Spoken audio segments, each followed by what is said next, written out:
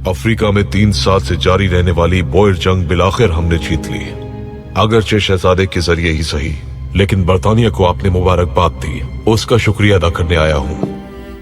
शायद हमारी तरबियत में कुछ कमी रह गई, इसी वजह से हमारी औलाद इस कदर बागी हो चुकी है। सुल्तान मौसम, हम नहीं जानते कि आप हम पर क्यों बरहम हैं। हमने बड़ी रियासत को वहशी लोगों को तहजीब याफ्ता बनाने पर मुबारकबाद पेश की। क्या आप इसलिए हमसे नाराज हो रहे हैं? अब्दुल कादिर, क्या आप जुल्म और मासूम लोगों के कत्ले आम को तहजीब का नाम देते हैं?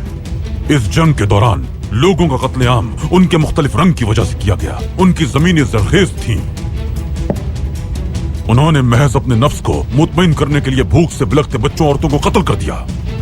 सुल्तान मौसम, जंगों में लोग मारे जाते हैं, वो लोग मर गए, लेकिन उनके बच्चे मुहज्जिब जिंदगी गुजारेंगे। आपने एक जालिम को मुबारकबाद दी है।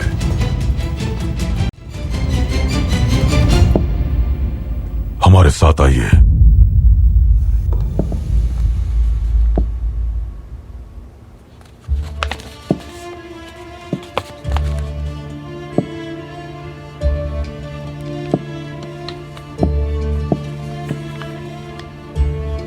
देखिए बेटे, देखिए, इसमें मौजूद सबसे कदीम तस्वीर 2 साल पुरानी है।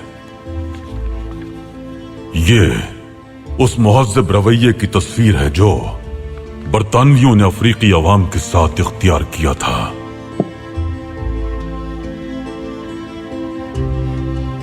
सुल्तान मौसम, अगर ये तस्वीरें हमें कोई और दिखाता तो शायद हमें इन पर यकीन ना आता। उन्होंने इस जंग में बच्चों और औरतों का बेदर्दी से कत्लेआम किया।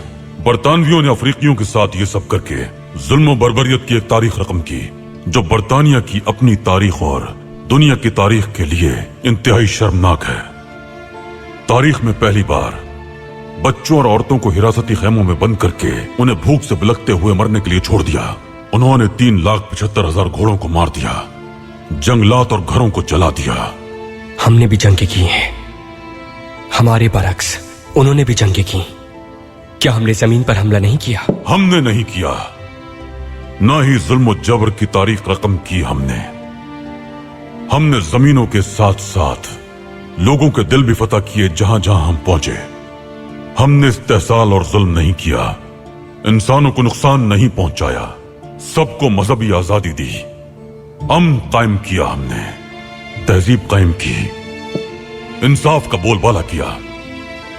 जब हमारे दादा फातेह सुल्तान मोहम्मद खान इस्तांबुल की दीवारों को धकेल रहे थे तो उसके पीछे से लोग चीख रहे थे कि वो लातीनी लिबास के बजाय तुर्क पगड़ी पहनने वालों को देखना चाहते हैं। आज सर्बी, अल्बानवी, हंगरी और बल्गारवी, कुर्द और अरबी, यूनानी और आर्मीनियाई जबानें बोली जाती हैं। उस्मानियों ने इन जमीनों पर दिहाइयों तक हुकूमत की। अगर वो चाहते तो सारी जबानें खत्म कर सकते थे। वो ईसाइयों का कत्लेआम करके, गिरजाघर जलाकर, तलवार के जोर पर उन सबको मुसलमान कर सकते थे, लेकिन उन्होंने ऐसा नहीं किया। फतह और यलगार के माबैन यही फर्क होता है।